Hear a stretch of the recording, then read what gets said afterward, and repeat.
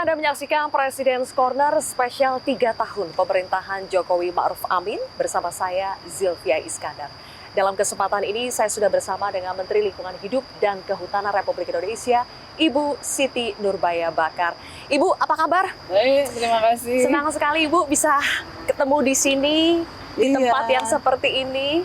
Asri sekali. Terima kasih. Pas sekali karena perbincangan kita pada hari ini, Bu Siti, saya ingin bertanya dalam rangka 3 tahun pemerintahan Jokowi Ma'ruf Amin atau di periode kedua ya Presiden Jokowi. Sebelumnya Ibu, kita itu punya target ya, sesuai dengan dokumen NDC Indonesia menargetkan bahwa penurunan emisi gas rumah kaca kita sebesar 29% secara mandiri atau dengan bantuan internasional itu 41% pada tahun 2030. Sekarang masih 2022. Bagaimana tren pencapaian kita, Bu, selama beberapa tahun terakhir ini? Saya mau jawabnya dari beberapa aspek ya. Pertama, dari sisi capaian NDC dulu. Nanti yang kedua, instrumen apa saja yang kita bangun, Ya. itu sebagai jalan untuk menuju capaian itu. Lalu yang ketiga, bagaimana posisi mutakhir kita menjelang COP27 Ya. tanggal 6 November Ya. sampai 16 sampai tanggal sekian. Pertama, memang di target NDC kita di tahun 2019 itu kalau business as usual, tetapi kalau kita pakai target yang 29% tadi, apa yang udah kita capai di tahun 2019 misalnya, dari perkiraan 1,9 gigaton emisi, ternyata pada tahun 2019 itu kita punya 1,8 gigaton. Ya. Bayangin 1,8 dari 1,9 kan seperti lalu tidak ada upaya apa-apa. Kenapa? Karena pada tahun 2019 itu kita ada kebakaran hutan yang cukup lumayan. Walaupun lebih kecil dari tahun 2015. Di tahun 2015 itu sebagai perbandingan kira-kira kita 2,4 gigaton emisi karbon setara CO2. Kemudian itu 2019. Di 2020 kita kan diperintahin Presiden untuk mengontrol. Kan gini, emisi itu kan dari hutan, dari energi, dari industri, Ya. sama dari sampah dan limbah. Ya. Memang 60% kira-kira emisi kita itu berasal dari hutan. Yang kedua, energi yang agak berat. Nah, kita lihat sekarang di 2020 dari target 1,4 kalau kita bicara dengan dana sendiri, atau kalau 1,2 gigaton kalau dengan dukungan kerjasama internasional. Pada tahun 2020 itu ternyata kita punya emisi kira-kira 1,08 gigaton. Business as usual-nya kalau kita nggak ngapa-ngapain kira-kira 1,98. Ya. Nah, apa yang terjadi? Berarti 1,4 gigaton saja dari target harusnya mengurangi 1,08 dari target kira-kira 1,4 dengan dana sendiri atau 1,2 kalau kerjasama internasional. Artinya apa? Artinya udah ada capaian juga. 1,08 dibanding 1,4 kan kira-kira 80-an% lah masuk.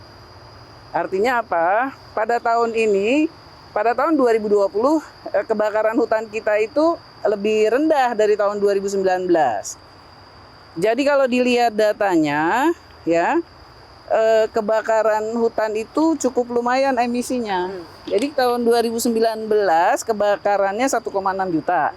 Emisinya kira-kira 603 juta karbon, CO2. Terus tahun 2020 kebakarannya 296 ribu. Emisi karbonnya 40 juta. Kan dropnya jauh dari 600 ke 40 gitu ya. Jadi ini sangat menolong. Kebakaran hutan itu jadi bagian terbesar. Sekarang kita lihat tahun 2021. 2021 emisi karbon kita hanya tadi kan 1,08. Sekarang 1,05. Jadi turun lagi di 2021. Kenapa? Dari target 1,5. Jadi 1,05 dibanding 1,5 gigaton.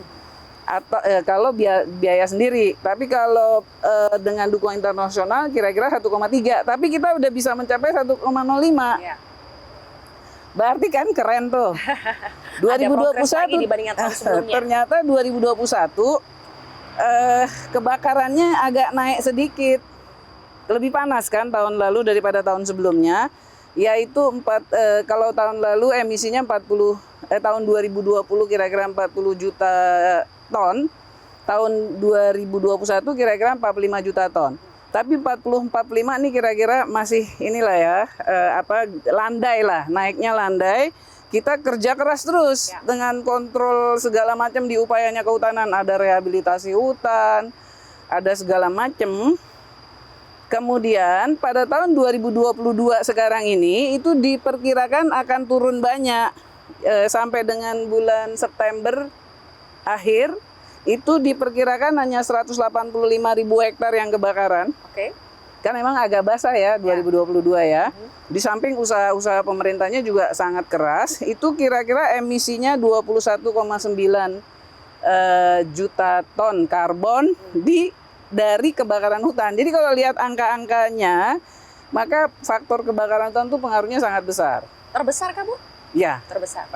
Oke. Tapi kita mesti lihat juga dari sisi yang lain. Artinya upaya-upaya untuk menanam pohon, terus yang dilakukan oleh masyarakat, nanam mangrove dan lain-lain itu juga pengaruhnya sangat besar. Sekarang kita berarti mesti tinggal lihat yang dari energi. Ya. Kalau lihat energi pada tahun 2019 itu dari 638 juta itu turun jadi 590-an. Nah, kita sih berharap 2021 itu ada angkanya juga, kira-kira naik sedikit. Oke. Mungkin karena harga batu baranya tinggi, jadi orang-orang pada ngurusin batu bara, kira-kira seperti itu. Jadi makanya kita Indonesia itu kita nggak pakai istilah tidak pakai istilah zero deforestation atau zero emission, tetapi net zero. Jadi misalnya kalau kehutanannya bisa ngebantu nutupin emisi itu, sementara yang sektor energi masih agak berat, jadi kita saling menutupi. Ya. Maka instrumen-instrumen Indonesia untuk perubahan iklim, untuk mengendalikan emisi gas rumah kaca itu kita harus bersama-sama memang. Kita punya friend of NDC di Indonesia itu, ada KLHK, Menteri Energi, Menteri Perindustrian, Menteri Pertanian, Menteri Kelautan. Nah, itu sekarang yang kerja keras bareng. Jadi secara umum saya harus mengatakan bahwa Indonesia leading. Oke. Artinya nggak malu-maluin lah gitu, bagus On the track lah Bu ya, dalam Iyalah, rangka pemenuhan target itu dari 2030 sisi ya. capaian kerja. Artinya apa? Artinya kita kerja serius. Oke. Karena kan Bapak Presiden selalu bilang lah jangan ngomong-ngomong aja deh, kerja yang benar gitu. Oke, yang pasti meskipun kita on the track, tantangan masih ada lah Bu ya. Pasti. Nanti kita akan bicara bagaimana tantangan ketika Indonesia juga punya target untuk membuka lahan untuk food estate kita. Nah, bagaimana ini cara agar tetap bisa mempertahankan kontribusi kita dalam capaian pengurangan emisi karbon yang sudah on the track, bagaimana tetap bisa stabil ketika kita banyak membuka lahan untuk food estate. Boleh dijawab nanti, Ibu Siti. Kita harus jeda terlebih dahulu, pemirsa, tetaplah bersama kami di Metro TV.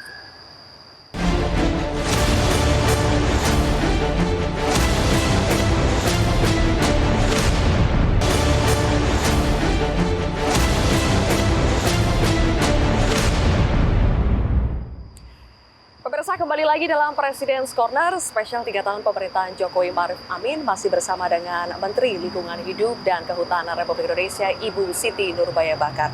Ibu, tadi kita sudah berbicara soal target atau capaian target pengurangan emisi karbon. Di tengah tantangan kita harus membuka lahan untuk food estate. Bagaimana supaya kita bisa tetap mempertahankan capaian pengurangan emisi karbon kita? Saya mesti kasih tahu dulu prinsipnya ya. Kalau hutan itu prinsipnya ada 3 sebetulnya. Pertama, sedapat mungkin hutan kita tidak berkurang. Sedapat mungkin. Yang kedua, konflik-konflik tenurial dan kawasan hutan harus semakin hilang. Yang ketiga, pemanfaatannya harus ramah lingkungan. Jadi harus dimanfaatkan secara lestari. Food estate memang menjadi perhatian Bapak Presiden karena kita akan menghadapi krisis pangan.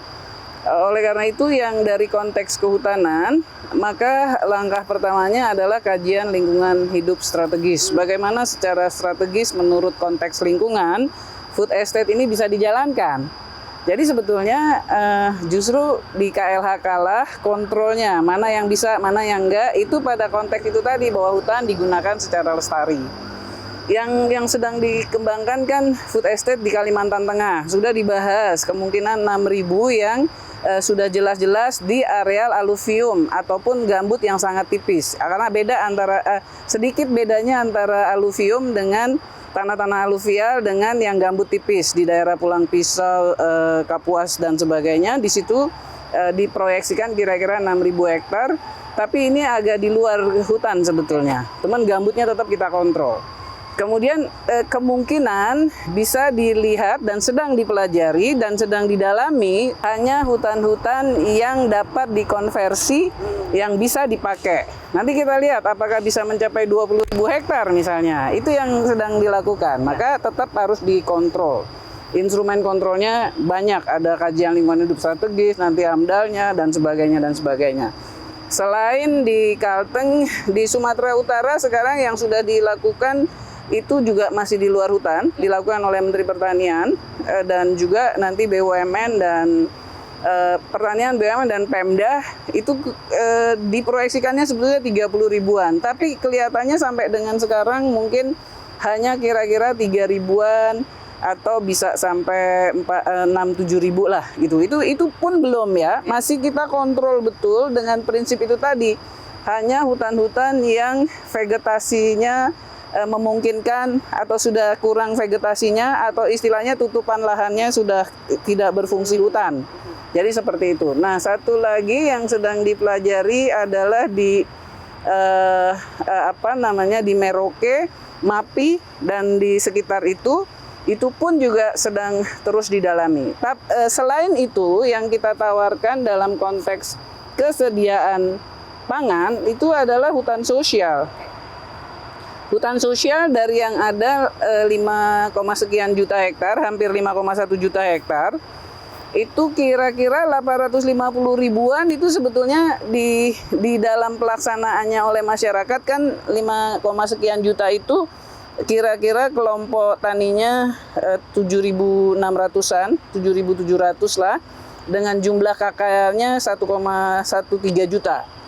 Berarti kan banyak tuh ya kelompoknya, itu sudah kita identifikasi, dia menanam semusim agroforestry. Jadi kayak gini nih di hutan, di bawah-bawahnya ditanamin jagung, tanamin padi ladang dan lain-lain, itu kira-kira 850 ribuan. Jadi itu pun udah bisa sebetulnya memberikan tanda kutip keamanan untuk kesediaan pangan. Oke, intinya ada kriteria yang harus dipenuhi ya, bukan lahan untuk food estate dan tepat memang harus dilakukan kajian strategis yang dikontrol oleh Kementerian ya, Lingkungan Hidup dan betul. Kehutanan. Oke, satu lagi Bu Siti yang banyak menjadi pembicaraan adalah bagaimana kita sedang membangun Ibu Kota Nusantara IKN dengan konsep Forest City. Dari namanya saja sepertinya sangat menjanjikan. Akan seperti apa Bu wujud dari Forest City itu dan peran dari KLHK nanti bagaimana? Pertama, waktu kita menetapkan IKN itu yang pertama kali bekerja kan kajian lingkungan hidup strategis. Kita pelajari semua daya dukung, daya tampung dan lain-lain. Jadi konsep Forest City-nya itu adalah wilayah fungsional urban areanya di dalam zona rimba. Saya udah pernah lihat soalnya kota yang kayak gitu di Karuizawa di Jepang. Jadi waktu praktek saya bilang sama teman-teman, coba lihat deh di Karuizawa sana, dilihat benar. Jadi di hotelnya di tengah-tengah kayak gini. Parkirnya juga bukan di gedung yang serem-serem gitu. Lantainya juga tertentu. Jadi bangunannya tidak boleh lebih tinggi dari pohon, kira-kira seperti itu. Dan yang pasti kalau di dalam planningnya kan 65% hutan. Tetapi Pak Presiden meminta 75-80% harus hijau. Yang kita sebut zona rimba. Jadi yang disebut Forest City itu ada prinsip-prinsipnya. Prinsip lingkungan, prinsip ekonomi, prinsip sosial budaya, dan prinsip tata kelola.